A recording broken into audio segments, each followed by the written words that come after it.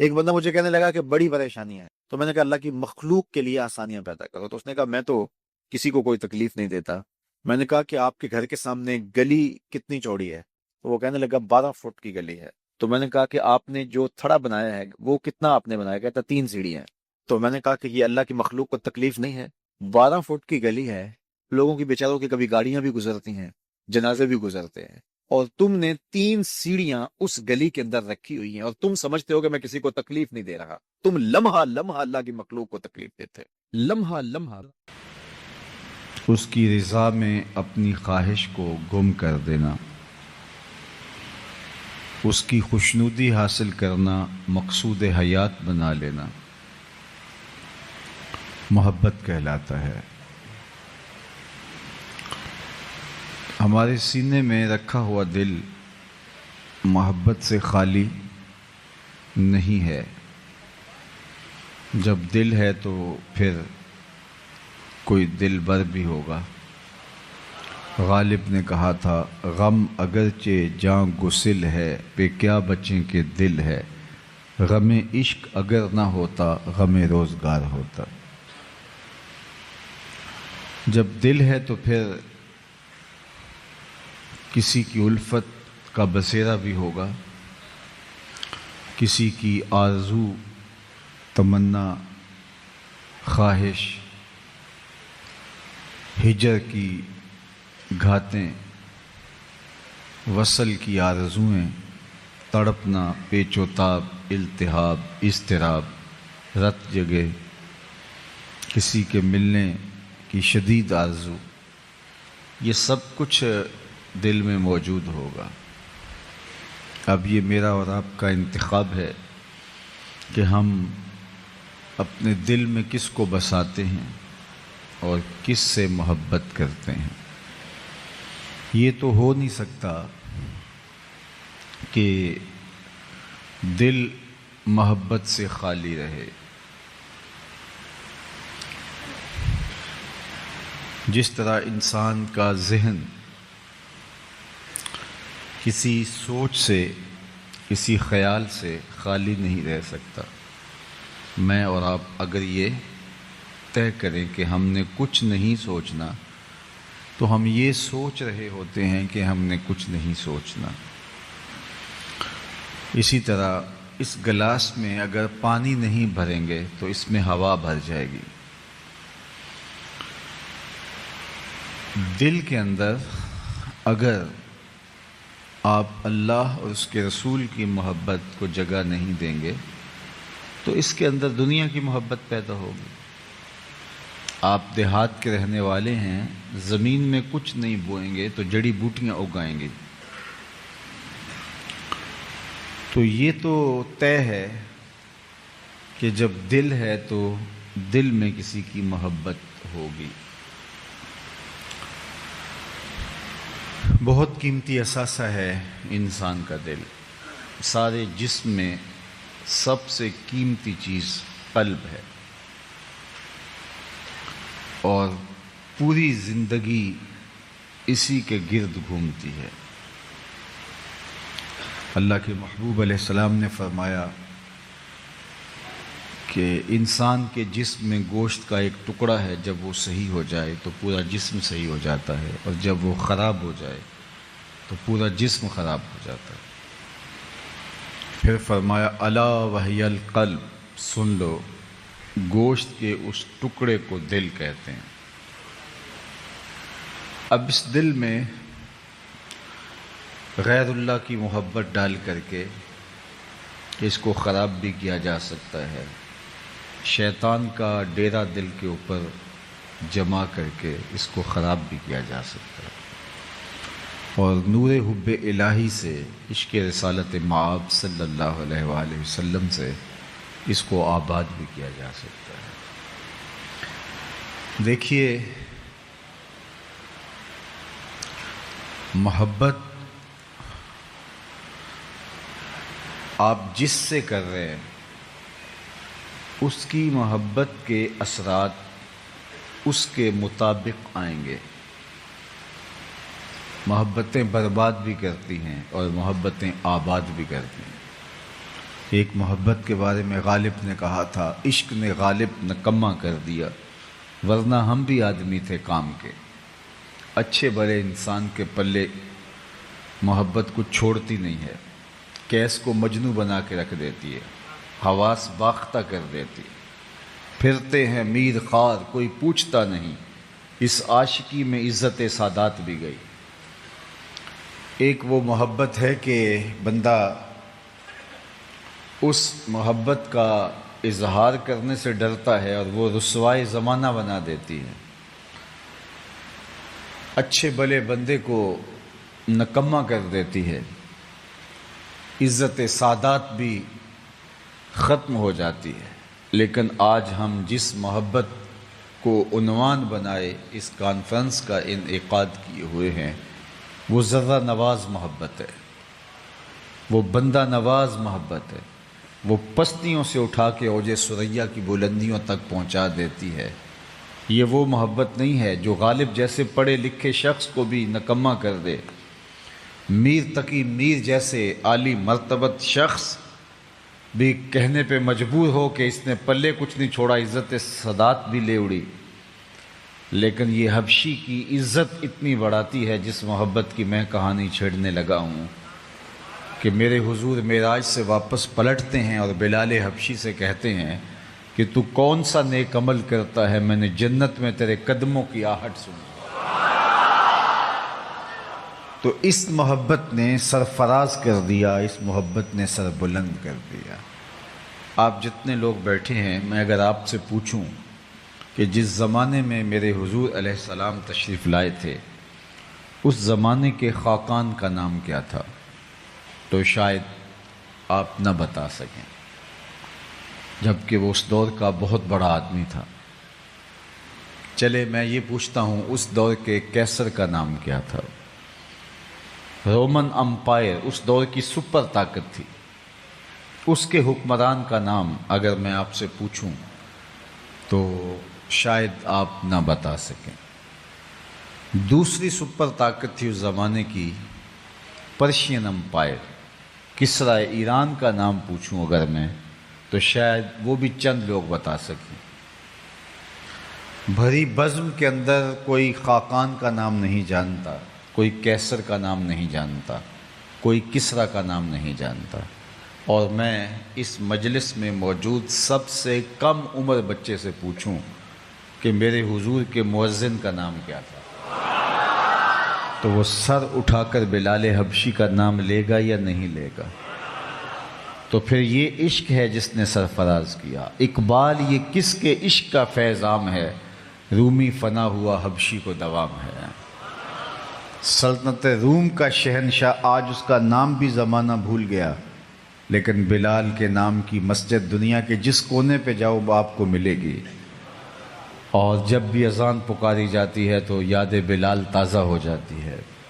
تو یہ ہے بندہ نواز عشق، یہ ہے سرخرو عشق، یہ ہے کامیاب عشق، یہ ہے ذرہ نواز عشق، یہ پستیوں سے اٹھا کے اوج ثریا تک پہنچا دینے والا عشق ہے، یہ سر بلند کرتا ہے، یہ عزت افزائی کرتا ہے۔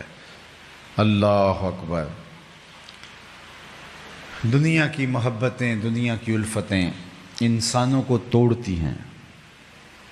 ایک کے دو چاہنے والے آپس میں رقیب ہوتے ہیں کہ یہ تو میرا محبوب تھا، تم نے کیوں دیکھا، لڑائی کی نوبت آ گئی۔ لیکن جس محبت کا عنوان آج ہم لیے بیٹھے ہیں، وہاں ایک کے چاہنے والے دو رقیب نہیں ہوتے، ایک کے کروڑوں چاہنے والے، اربوں چاہنے والے آپس میں حبیب ہوتے ہیں۔ دل بمحبوب حجازی بستائم، زی جہت با یک دیگر پیوستائم، چوں گلے صد برگ مارا بو یکیست، او کے جانے ای نظاموں او یکیست، مست چشم ساکیے بتہاستیم، در جہاں مثل میں او می ناستیم۔ تو یہ محبت ہمیں جوڑتی ہے، ایک مرکز پہ جمع کرتی ہے، وحدت کی ضمانت بنتی ہے۔ اس محبت نے بکھرے ہوئے لوگوں کو امت بنایا ہے۔ اسود از توحید احمر می شود، اسود و احمر ایک ہی صف میں کھڑے ہو گئے۔ تو یہ اس محبت کی کرشمہ سازی ہے۔ اچھا، ہم نے دیکھا ہے کہ کچھ محبتیں انسانوں کے دلوں میں تو ہوتی ہیں لیکن وہ دیگر بہائم وحوش و طیور کے دلوں میں نہیں ہوتی. لیکن ہم جن سے محبت کرتے ہیں ان سے صرف انسان ہی محبت نہیں کرتے، ان سے فرشتے بھی محبت کرتے ہیں. جس سے میں اور آپ محبت کا دم بھرتے ہیں ان سے جانور بھی محبت کرتے ہیں، حتیٰ کہ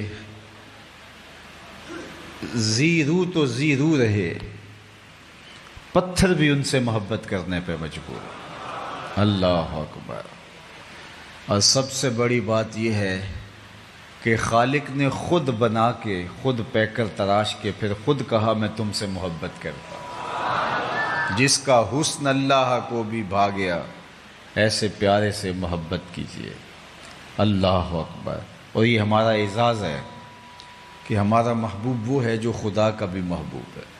اعظم چشتی مرحوم نے قلم توڑ دیا، اپنا معیار زمانے سے جدا رکھتے ہیں، ہم تو محبوب بھی محبوب خدا رکھتے ہیں. یہ کتنا بڑا میرا اور آپ کا اعزاز ہے کہ ہمارا محبوب وہ ہے جو خدا کا محبوب ہے. اللہ اکبر. فرشتے بھی محبت، کائنات کا ایک ایک کونا اور گوشہ حضور سے محبت کرے. جب سورہ الضحیٰ نازل ہوئی تو کافی دیر قرآن مجید کا نزول نہیں ہوا تھا، فترت کا ایک دور گزرا تھا. بعض مفسرین کی رائے کے مطابق 40 دن گزر گئے تھے کہ کوئی آیت نہیں اتری تھی. تو جبریل جب وحی لے کر آئے تو حضور علیہ السلام نے کہا کہ اتنی دیر کے بعد آئے ہو تو تمہارا دل اداس نہیں ہوا تھا؟ تو جبریل نے عرض کی حضور میں عبد معمور ہوں، عبد معمور ہوں، اللہ کے حکم کا پابند ہوں، اس لیے میں نہیں آ سکا، ورنہ آپ کے لیے میرا دل بے چین اور میرا دل اداس تھا. اور مولانا حسن رضا بولے بے لقائے یار ان کو چین آ جاتا اگر، بار بار آتے نہ یوں جبریل سدرا چھوڑ کر. اللہ اکبر. آؤ تمہیں محبت کی ایک دل آویز کہانی سناؤں. حضور منبر پر بیٹھے ہیں اور صحابہ مسجد نبوی میں جلوہ فرما ہیں کہ اچانک مسجد نبوی کے گوشے سے رونے کی آواز آنے لگی. اور رونے والا اس درد سے روتا ہے کہ لگتا ہے اس کا ابھی کلیجہ پھٹ جائے گا. کناقۃ الخلوج، جب اونٹنی کا بچہ گم ہو جائے اور وہ جو چیخیں مارتی ہے تو اس طرح رونے کی آواز آ رہی تھی. حتیٰ ارتج المسجد، صحابہ فرماتے ہیں کہ مسجد گونجنے لگی اس کے رونے سے، اس کی چیخوں سے. ہم نے دائیں بائیں دیکھا لیکن کچھ دکھائی نہیں دیا. صحابہ ایک دوسرے کی طرف دیکھ رہے ہیں. رونے کی آواز تو ہے کہ مسلسل بلند ہوتی چلی جا رہی ہے، مسجد گونجتی چلی جا رہی ہے، لیکن رونے والا دکھائی نہیں دے رہا. فنزل النبی صلی اللہ علیہ وآلہ وسلم عن المنبر، حضور منبر سے نیچے تشریف فرما ہوئے اور ایک سمت چلے. خشک تنا کھجور کا تھا پڑا ہوا. حضور جا کے اس کو اپنی آغوش میں سمیٹ لیا. آج پہلے دن منبر بن کے آیا تھا. اللہ کے محبوب علیہ السلام ایک کھجور کے خشک تنے کے ساتھ ٹیک لگا کے کھڑے ہو کے واز کرتے تھے. تو صحابہ نے جب منبر بچھوا دیا تو اس کو اٹھا کے ایک سائڈ پہ رکھ دیا. جو ہی حضور منبر پہ بیٹھے تو اس سے برداشت نہ ہو سکا. صحیح بخاری اٹھائیے، امام سبہودی نے اس کو بڑی تفصیل کے ساتھ بیان کیا الوفا میں. تو آقا کریم علیہ السلام نے اس کو باہوں میں لے لیا. جس طرح بچھڑا ہوا بچہ ماں کی گود میں آ جائے تو اس کی گھگھی بن جاتی ہے، ہچکیاں لینے لگ جاتا ہے. تو صحابہ کہتے ہیں کہ وہ جو اس کی چیخیں تھیں وہ ہچکیوں میں تبدیل ہو گئیں. اور آقا کریم علیہ السلام اس کو اپنا دست شفقت، اس کو اپنی شفقتیں عطا کر رہے ہیں اور دست شفقت اس کے اوپر پھیرے جا رہے ہیں اور آہستہ آہستہ اس کی آواز کم ہوتی چلی جا رہی ہے. صحابہ کھلی آنکھوں سے یہ منظر دیکھ رہے ہیں. میں نے کہا بخاری میں روایت ہے، سب اس کا اقرار کرتے ہیں، کوئی انکار نہیں کرتا. یہ کوئی کہانی نہیں ہے، یہ حقیقی واقعہ ہے جو امر واقعہ ہے. تو صحابہ دیکھ رہے ہیں کہ حضور نے اس کو آغوش میں سمیٹا ہے اور اس کے اوپر دست شفقت پھیرتے چلے جاتے ہیں اور اس کی آواز بتدریج کم ہوتی چلی جاتی ہے۔ تھوڑی دیر کے بعد وہ خاموش ہو گیا، اس کی ہچکیاں سسکیوں میں تبدیل ہو گئیں، اور سسکیاں جب خاموش ہوئیں تو حضور دوبارہ منبر پہ تشریف لائے۔ ایسا کبھی ہوا نہیں کہ خشک تنے بھی روئے ہوں۔ صحابہ نے زندگی میں پہلی مرتبہ یہ منظر دیکھا، ان کی آنکھوں میں سوال چمک رہے تھے، وہ حضور سے کچھ پوچھنا چاہتے تھے لیکن ان کے اوپر ایک کیفیت طاری تھی۔ خیر، اللہ کے محبوب علیہ السلام نے خود ہی صحابہ کے ذہنوں میں جو سوال تھا اس کو خود ہی لیا۔ فرمایا صحابہ تم یہ سوچ رہے ہوگے کہ یہ کیا ہوا، لیکن سنو، لو لم افعل ھذا لحن الی یوم القیامہ، اگر میں ممبر سے اتر کے اپنے عاشق زار کو یوں تسلی نہ دیتا یہ قیامت تک روتا ہی رہتا۔ کسی کو کسی سے یوں بھی پیار کرتے دیکھا ہے، کسی کی محبت دلوں کے اندر یوں بھی دھڑکتے ہوئے دیکھی ہے۔ آؤ تم ایک اور کہانی سناؤ پیار کی۔ حضرت ابو بکر رضی اللہ تعالیٰ عنہ، حضرت عمر رضی اللہ تعالیٰ عنہ اور حضرت عثمان غنی رضی اللہ تعالیٰ عنہ اللہ کے محبوب کے ہمراہ جبل طور کی چھاتی پہ قدم رکھتے ہیں۔ جو ہی حضور کے قدم آئے تو اس نے جھومنا شروع کر دیا۔ جس کے گھر میں محبوب چل کے آ جائے وہ تو رقص کرے گا، تو اس نے جھومنا شروع کر دیا۔ تو اللہ کے محبوب نے زور سے قدم مارا، میں اثبت احد فانما علیک نبی و صدیق و شہیدان، اے پہاڑ ٹھہر جا، تیرے اوپر اللہ کا ایک نبی ہے، ایک صدیق اور 2 شہید۔ تو پہاڑ فوراً ٹھہر گیا۔ آقا کریم غزوہ تبوک سے واپس آئے اور احد پہاڑ کو دیکھا اور برجستہ ارشاد فرمایا احد جبل یحبنا و نحبہ، احد پہاڑ ہے جو ہم سے پیار کرتا ہے، ہم اس سے پیار کرتے ہیں۔ پتھر کے کلیجے کے اندر بھی حضور کی محبت رکھی ہے۔ امام ابن سیرین رضی اللہ تعالی عنہ جو تعبیر الرؤیا میں بہت بڑا نام رکھتے ہیں، وہ اس حدیث کی روایت کرتے یہ استن حنانہ کے رونے کی، اور پھوٹ پھوٹ کے زاروں کے تار روتے، تو کہتے حضور کا پیار تو خشک تنوں کے سینوں کے اندر بھی رکھا ہوا ہے، ہم تو سینے کے اندر تڑپتا ہوا دل رکھتے ہیں۔ اب مجھے بتاؤ کوئی ایسا بھی محبوب خلائق ہوگا کہ درخت بھی روئیں، پتھر بھی روئیں ان کی یاد میں، اللہ اکبر، جبریل بھی بے تاب ہو جائے۔ اور جہاں تک انسانوں کے پیار کی کہانی ہے تو سیدنا علی المرتضیٰ فرماتے ہیں کہ صحرائی سفر میں حضور ہمیں ٹھنڈے پانیوں سے بھی زیادہ محبوب تھے، یعنی ٹھنڈا پانی صحرا میں مل جانا زندگی ملنے کے مترادف ہے، اور اگر پانی نہیں ملتا تو نتیجہ کیا ہے، موت واقع ہو جاتی ہے۔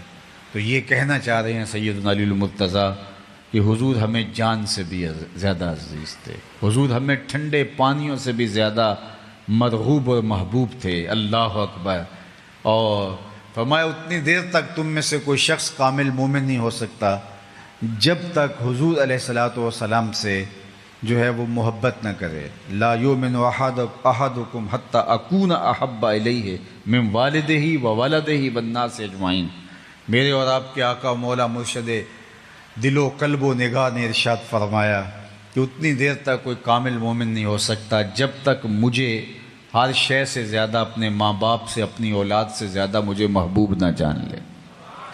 اور جنہوں نے پھر حضور سے پیار کیا، حضور سے محبت کی، زمانہ جانتا ہے کہ ان کی محبت کے رنگ کتنے انوکھے اور کتنے البیلے تھے۔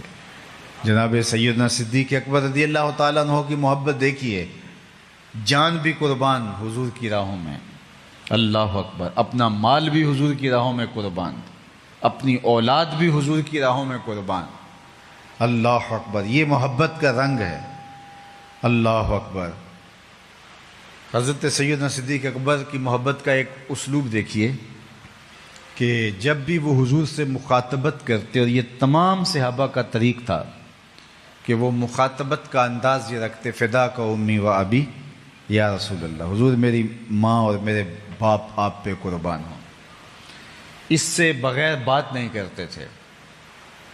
جب غار ثور میں اترے اور مختلف سوراخ پائے تو ان کو بند کر دیا، اور ایک سوراخ بچ گیا، یا ایک روایت کے مطابق 2 سوراخ، تو ان میں اپنی ایڑی یا ایڑیاں رکھ لیں، اور پھر کہا جان عالم اندر تشریف لائیے۔ تو حضور تشریف لائے اور سیدنا صدیق اکبر رضی اللہ تعالیٰ عنہ کی گود میں حضور نے سر رکھا اور استراحت فرمانے لگے۔ صدیق اکبر کی گود میں حضور کا سر تھا، لگتا ہے رحل میں قرآن رکھا ہوا ہے۔ ادھر سے سانپ نے جب سارے راستے مسدود پائے اور ایک جگہ انسانی گوشت دیکھا تو اس نے ڈنگ لگایا۔ اچانک تو چونٹی بھی کاٹ جائے تو انسان کپ کپا کے رہ جاتا ہے، اور وہ ایک زہریلا سانپ تھا، اس نے آپ کی ایڑی پہ ڈنگ مارا۔ حضرت صدیق اکبر رضی اللہ تعالیٰ عنہ نے اپنی ٹانگ کو جنبش نہیں آنے دی۔ صحیح بخاری اٹھائیے، مخافۃ ان یتنبہ رسول اللہ صلی اللہ علیہ وآلہ وسلم، اس ڈر سے کہ کہیں حضور بیدار نہ ہو جائے، اس خوف سے اپنی ٹانگ کو جنبش نہیں آنے دی کہ حضور استراحت کر رہے ہیں تو آقا کریم کے آرام میں خلل نہ آئے۔ اور سانپ ڈنگ پہ ڈنگ لگا رہا ہے، ٹانگ میں زہر سرایت کر رہا ہے۔ کتنی مشکل صورتحال تھی، لیکن زور سے اپنی ٹانگ کی طرف توجہ رکھی کہ یہ ہلنے نہ پائے اور حضور کہیں بیدار نہ ہو جائیں، اور ڈنگ پہ ڈنگ سہ رہے ہیں، اس کی ٹیسیں، اس کا درد برداشت کر رہے ہیں، اور ساری توجہ اس پہ جم گئی کہ میری ٹانگ کو جنبش نہ آئے۔ ادھر آنکھ کی طرف توجہ نہ گئی اور آنکھ سے بے اختیار آنسو ڈھل پڑے اور وہ حضور کے رخسار نور پہ گرے۔ تو آقا کریم بیدار ہوئے، تو آقا کریم نے بیدار ہوتے ہی کہا، ما لک یا ابا بکر، ابو بکر کیا ہوا؟ تو یہ تھی ہنگامی صورتحال۔ آپ کسی سے ادب، محبت، پیار، الفت کا تعلق رکھتے ہوں اور اس کو بلانے سے قبل 20 القاب لیتے ہوں، لیکن ہنگامی صورتحال کے اندر آپ سارے القاب بھول جاتے ہیں۔ آپ کی ہمسائیگی میں بہت بڑا مفتی شہر بستا تھا، آپ جب ملتے تھے گھر سے نکلتے، وہ بھی گھر سے نکلتا، تو آپ ادب سے ہاتھ بھی چومتے تھے، حضرت، والا، جناب اعلیٰ، کیا کیا القاب لے کے پکارتے تھے۔ لیکن اچانک آپ کے گھر میں چور گھس آئے تو آپ نے مدد کے لیے پکارنا تھا، تو آپ نے قبلہ مفتی صاحب، جناب والی، ہمارے گھر میں چور گھس آئے، ایسے تو نہیں کہیں گے، آپ تو چور چور کی دہائی دے دیں گے، اس لیے کہ وقت اتنا تھوڑا ہے کہ اگر وہ القابات لینے شروع کر دیے تو اتنی دیر تک تو گھر کا صفایا ہو جائے گا، اور انسان ہنگامی حالت کے اندر القاب بھول جاتا ہے۔ لیکن قربان ابو بکر تیرے عشق پہ، تیری محبت پہ، جب سانپ ڈنگ پہ ڈنگ لگا رہا ہے اور بدن میں زہر سرایت کر رہا ہے، آنکھوں سے آنسو ڈھلا اور حضور کے رخسار پہ گرا، آقا کریم بیدار ہوئے، کہا، ما لک یا ابا بکر، ابو بکر کیا ہوا؟ تو فوراً پکار اٹھتے نا، حیاتن حیاتن، سانپ سانپ، یا کہتے لدغت لدغت، لیکن نہیں، تاریخ پڑھیے، بخاری کی روایت ہے، حضرت ابو بکر رضی اللہ تعالیٰ عنہ بولے، لدغت فداک امی و ابی یا رسول اللہ، حضور میری ماں بھی آپ کے قدموں پہ قربان، میرا باپ بھی آپ کے قدموں پہ قربان، مجھے سانپ نے ڈس لیا ہے۔ اس مشکل صورتحال کے اندر بھی ادب کا کرینہ نہیں چھوڑا، الفت کا طریقہ نہیں چھوڑا، یہ تھا عشق، یہ ہے محبت، یہ ہے پیار ان کا۔ سیدنا عمر رضی اللہ تعالیٰ عنہ دیکھیے، اللہ اکبر، ایک یہودی اور ایک منافق کے مابین جب کسی معاملے میں تنازع ہو جاتا ہے اور وہ حضور کے پاس آتے ہیں، آقا کریم دونوں کی بات سنتے ہیں، فیصلہ تو میرٹ پہ ہی ہونا تھا، حضور نے یہودی کے حق میں فیصلہ کر دیا، اللہ اکبر۔ تو وہ جو نام نہاد منافق تھا، نام نہاد مسلمان تھا، اس کو یہ گوارا نہ ہوا، اس نے کہا کہ میں مسلمان ہوں، کلمہ پڑھتا ہوں، فیصلہ تو میرے حق میں ہونا چاہیے تھا۔ تو اس نے باہر نکل کے کہا، یہ فیصلہ ہمیں حضرت عمر کے پاس لے جائیں گے، چونکہ حضرت عمر کفار کے بارے بہت سخت تھے، اسے لگا کہ جب وہ یہ سنیں گے کہ یہ کافر ہے اور میں مسلمان ہوں تو بس کام بن جائے گا۔ تو حضرت عمر کے پاس پہنچے، ساری کہانی سنائی، تو حضرت عمر نے اس یہودی سے کہا، اب تم بات کرو۔ اس نے کہا، میری 2 لفظی بات ہے، اس مقدمے کا فیصلہ آپ کے آقا و مولا میرے حق میں کر چکے ہیں۔ حضرت عمر نے اس سے پوچھا، کیا واقعی ایسا ہے؟ اس نے کہا جی۔ کہا ٹھہرو، پھر اندر گئے اور واپس آئے تو ہاتھ میں تلوار تھی، اور اس منافق کی گردن کاٹتے ہوئے حضرت عمر نے کہا، ہا قاضا عقدی لمن لم یرد بقضاء اللہ و رسولہ، جو اللہ اس کے رسول کے فیصلے کو نہیں مانتا، عمر اس کا فیصلہ ایسے ہی کرتا ہے۔ شور مچ گیا کہ عمر نے ایک کلمہ گو کو قتل کر دیا۔ باقاعدہ احتجاجی جلوس لے کر اس کے رشتہ دار حضور کے پاس گئے، کہ عمر نے ایک کلمہ گو کو قتل کر دیا ہے۔ تو حضور نے فرمایا بلاؤ عمر کو۔ عمر فاروق کو بلایا گیا قبل اس سے کہ حضرت عمر آتے اور بتاتے کہانی کیا ہوئی، صورتحال کیا ہوئی، قتل کیوں کیا۔ حضرت عمر کے پہنچنے سے پہلے جبریل پہلے پہنچ گئے اور یہ آیت کریمہ نازل ہوئی، فلا وربک لا یؤمنون حتی یحکموک فیما شجر بینہم۔ محبوب مجھے تیرے رب کی قسم، مجھے تیرے رب ہونے کی قسم۔ اللہ اکبر، ذرا دیکھیے انداز، یہ نہیں کہا مجھے میری قسم، یہ بھی نہیں کہا مجھے کعبے کے رب کی قسم، کہا محبوب مجھے تیرے رب کی قسم۔ رب بھی اس پہ ناز کرتا ہے کہ میں محمد کا رب ہوں، تو ہم پھر ناز کیوں نہ کریں کہ ہم حضور کی امتی ہیں۔ فخر کا دل میں دریچہ باز کرنا چاہیے، جن کا تو آقا ہے ان کو ناز کرنا چاہیے۔ ہمارے لیے فخر ہے کہ ہم حضور کے غلام، میری خوش قسمتی میں تیرا امتی، یہ میرا اعزاز، یہ آپ کا اعزاز کہ ہم حضور کے غلام ٹھہرے۔ اس پر جتنا بھی اترائیں، فخر کریں، ناز کریں کم ہے، اس لیے کہ نبیوں نے آرزویں کی حضور کی امت میں ہونے کی، ہم نے تو کوئی آرزو نہیں کی۔ آنکھ کھلی تو ہمارے والد صاحب مسجد سے مولانا کو بلا لائے، انہوں نے کان میں آ کے اذان دیتے ہوئے گویا مبارک دی، مبارک ہو تو حضور کا غلام بن کے آ رہا۔ شاہوں سے ملا ہے نہ تونگر سے ملا ہے، اللہ کا عرفان اسی در سے ملا ہے، اوروں کو ملا ہے تو مقدر سے ملا ہے، مجھ کو تو مقدر بھی تیرے در سے ملا۔ اللہ اکبر، مجھ کو تو مقدر بھی آپ کی دہلیز سے ملا ہے، میری خوش قسمتی میں تیرا امتی۔ کبھی میں اور آپ اپنے آپ کو دیکھیں، ہم اس قابل تھے کہ اس آقا کے امتی ہوتے؟ نبیوں نے آرزویں اور تمنائیں کی، ہم نے کوئی تمنا بھی نہیں کی، آنکھ کھلی تو حضور کے غلام ٹھہرے۔ اللہ اکبر، کیا کسی نے کہا کہ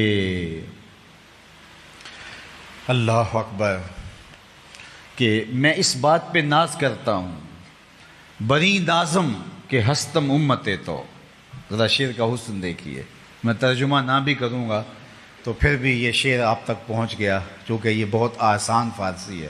بری نازم کہ ہستم امتے تو، میں اس بات پہ ناز کرتا ہوں کہ حضور میں آپ کا امتی ہوں۔ بری نازم کہ ہستم امتے تو، گناہ گارم و لیکن خوش نصیبم، گناہ گارم و لیکن خوش نصیب، میری خوش قسمتی میں تیرا امت، یہ میرے اور آپ کے وقت۔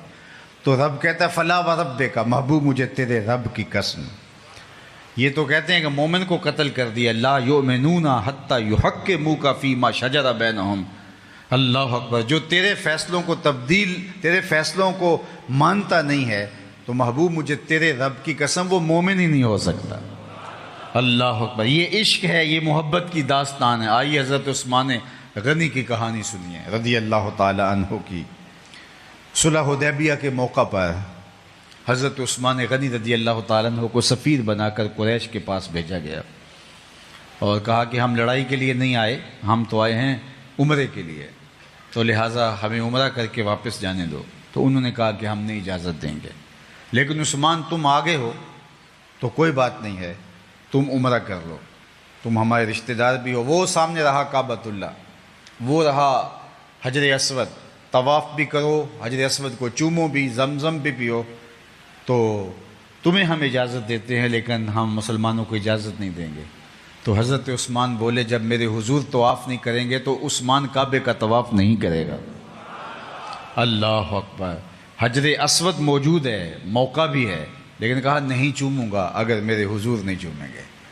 اسی لیے حضرت عمر نے ایک موقع پہ کہا تھا، طواف کرتے کرتے حجر اسود کے پاس آ کے رکے، کہا اے حجر اسود میں تجھے کبھی نہ چومتا اگر میرے حضور نے نہ چوما ہوتا۔ ہم نے قطرہ دیکھا نہ دریا پہ غور کیا، بس جہاں تیری جھلک نظر آئی وہیں ڈوب گئے۔ اس لیے اس کو چوما جا رہا ہے کہ اس پہ حضور کے لب لگیں، حضور کے ہونٹ لگیں۔ کسی نے کہا یہ سمندر پار سے آئے ہوئے لوگ بڑا بے تابی سے چومتے ہیں، چومے چلے جاتے ہیں، یار ایک دو بار چوم لیا جان چھوڑ دے۔ تو میں نے کہا صاحب یہ پتھر تھوڑا چوم رہے ہیں، یہ تو کسی کے ہونٹوں کے نشان ڈھونڈ رہے ہیں۔ ایک جگہ سے چومتے ہیں، خیال آتا ہے حضور کے ہونٹ ادھر نہ لگے ہوں، وہاں سے چومتے ہیں، خیال آتا ہے حضور کے لب یہاں مس نہ ہوئے ہو۔ میں نے کہا یہ پتھر نہیں چوم رہے ہیں، کسی کے لبوں کا لمس تلاش کر رہے ہیں، کسی کے ہونٹوں کے نشان ڈھونڈ رہے ہیں۔ اللہ اکبر۔ سیدنا علی المرتضیٰ فرماتے ہیں کہ صحرائی سفر میں ٹھنڈے پانیوں سے بھی زیادہ اور میٹھے پانیوں سے بھی زیادہ ہمیں محبوب اور مرغوب تھے۔ اللہ اکبر! کائنات کو دیکھو حضور سے کس طرح ٹوٹ کے پیار کرتی ہے، کس طرح حضور علیہ السلام سے محبت کرتی ہے۔ بلال حبشی کی کہانی سنو، اللہ اکبر! حضور سے پیار کی دل آویز کہانیاں، ملا جامی کی کہانی سنو۔ عشق کی انوکھی داستانیں ہیں ان کی، جنہوں نے حضور علیہ السلام کے لیے اپنی زندگیوں کو لگا دیا۔ تو میں اور آپ اس سے محبت کیوں نہ کریں جو محبوب خلائق ہے اور کائنات جس سے محبت کرتی ہے، اور رب ہو کے جس سے محبت کرتا ہے۔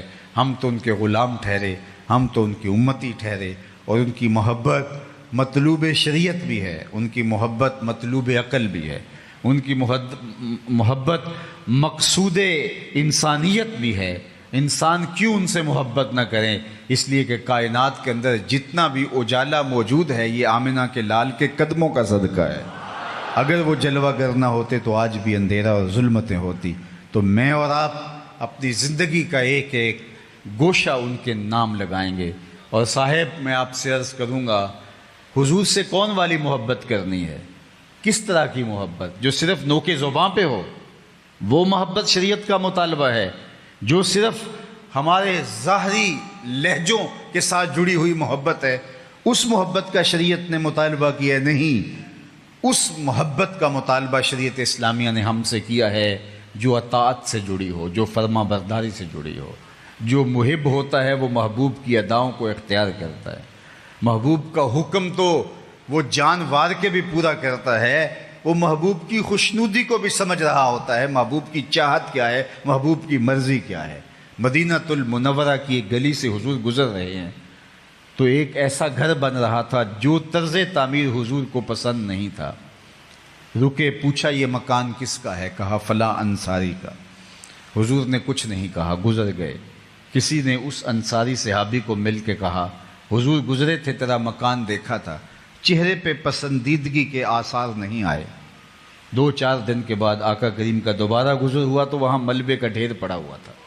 آقا کریم نے فرمایا اس صحابی کو بلایا جائے۔ بلایا گیا، فرمایا میں گزرا تھا، تیرا مکان دیکھا تھا اور اب ملبے کا ڈھیر دیکھ رہا ہوں۔ عرض کی حضور میں نے گرا دیا ہے۔ فرمایا کیوں؟ عرض کی سنا تھا آپ کو پسند نہیں۔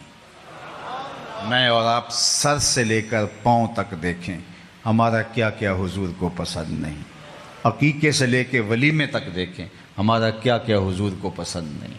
نجی زندگی سے لے کے امور سیاست تک دیکھیں، ہمارا کیا کیا حضور کو پسند نہیں۔ محمد دی زیارت محمد دے رنگ وچ۔ اگر ہم ان سے پیار کرتے ہیں تو پھر ہم ایسا پیار کریں کہ ہم دور سے پہچانے جائیں کہ ہم حضور کے غلام ہیں۔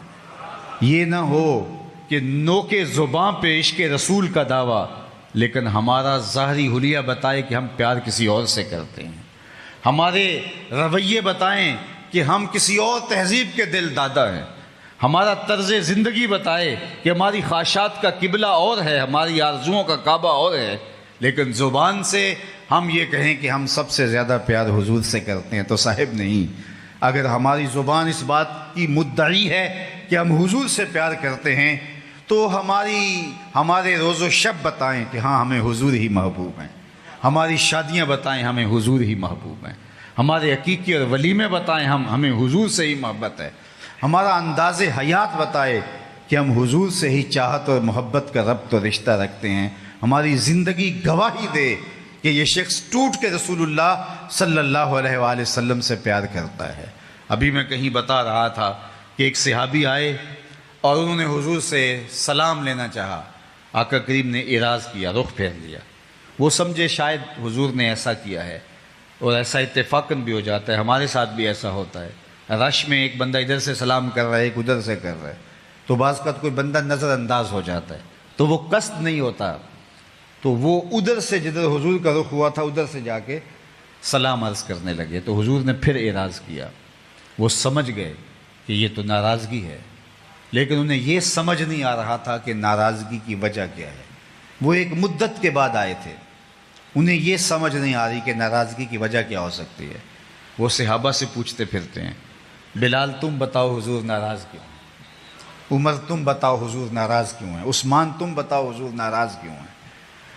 ہمارا بزرگ، ہمارا استاد، ہمارا باپ، ہمارا مرشد ہم سے ناراض ہو جائے اور ہمیں معلوم نہ ہو تو ہم پہلے ناراض ہو جاتے ہیں، لیکن یہ پوچھتے پھرتے ہیں کہ بتاؤ حضور ناراض ہیں، مجھے تو سمجھ نہیں آ رہی، آپ کو کوئی اندازہ ہے ناراضگی کی وجہ کیا ہو سکتی ہے؟ تو انہوں نے غور کیا اور کہا ہاں تو نے یہ جو سونے کی انگوٹھی پہن رکھی ہے یہ ناراضگی کی وجہ ہو سکتی ہے، حضور اس کو منع فرما چکے ہیں، یہ عورت کے لیے جائز ہے، مرد کے لیے جائز نہیں، اس کو آتش دوزخ کا انگارہ قرار دے دیا حضور نے، تو ناراضگی کی شاید یہ وجہ ہو۔ وہ آگے بڑھے، انگوٹھی اتار کے کہا حضور اس وجہ سے ناراض ہیں، یہ رہی۔ آقا کریم نے انگوٹھی پکڑی اور یوں پھینک دی۔ ناراضگی کی وجہ یہی تھی، ناراضگی ختم ہو گئی، بیٹھ کے مجلس جاری ہوئی، ایک دیر تک بیٹھے رہے، باتیں چلتی رہیں، گفتگو اختتام کو پہنچی، لوگ اٹھ کے گھروں کو پلٹنے لگے، تو یہ بھی واپس پلٹے تو کسی نے اشارہ دیا وہ انگوٹھی تو اٹھا لو، تم تو شرعن نہیں پہن سکتے، تمہاری بیوی تو پہن سکتی ہے، قیمتی دھات ہے اٹھا لو۔ تو سنو اس صحابی نے کیا کہا، اس نے کہا واللہ لا آخذہ ابدا وقد طرحہ رسول اللہ صلی اللہ علیہ وآلہ وسلم، اللہ کی قسم یہ پڑی رہے کبھی نہیں اٹھاؤں گا جس کو میرے حضور نے پھینک دیا ہے۔ اب میں اور آپ دیکھیں کہ ہم کوئی ایسی عادت تو نہیں اٹھائے پھر رہے جس کو حضور نے پھینک دیا، کوئی ایسا رویہ تو نہیں اٹھائے پھر رہے جس کو حضور نے پھینک دیا، کوئی ایسی دوستی تو نہیں اٹھائے پھر رہے جس کو حضور نے پھینک دیا ہے۔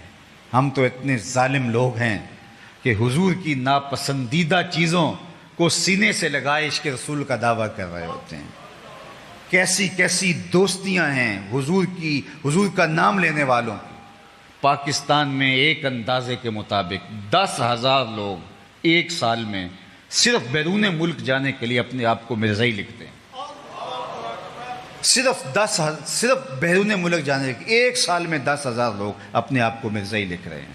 اور مجھے بتائیے کیسا دعویٰ عشق ہے، کیسے ممکن ہے، کیسے حوصلہ اور جگرا ہوتا ہے کہ کوئی بندہ اپنے آپ کو گستاخان رسول کی فہرست میں شامل کر دے۔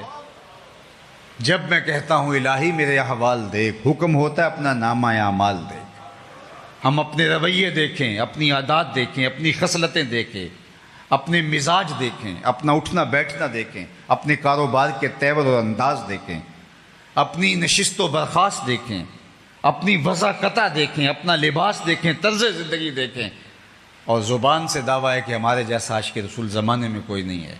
تو میاں یہاں دعویٰ نہیں، یہاں دلیل چاہیے، اور دلیل عمل دے گا، رویہ دے گا، طرز زندگی دے گا، انداز معاشرت دے گا۔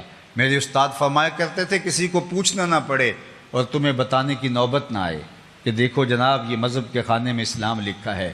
آپ فرمایا کرتے تھے صاحب پوچھنا نہ پڑے، لوگ دور سے کہیں کہ یہ حضور کا غلام آ رہا ہے۔ یہ عقاب کے نوجوان کھڑے ہیں، پوچھنا تو نہیں پڑے گا کہ عقاب والے ہیں، ان کی وضاقتہ بتائے گی کہ یہ عقابی ہیں۔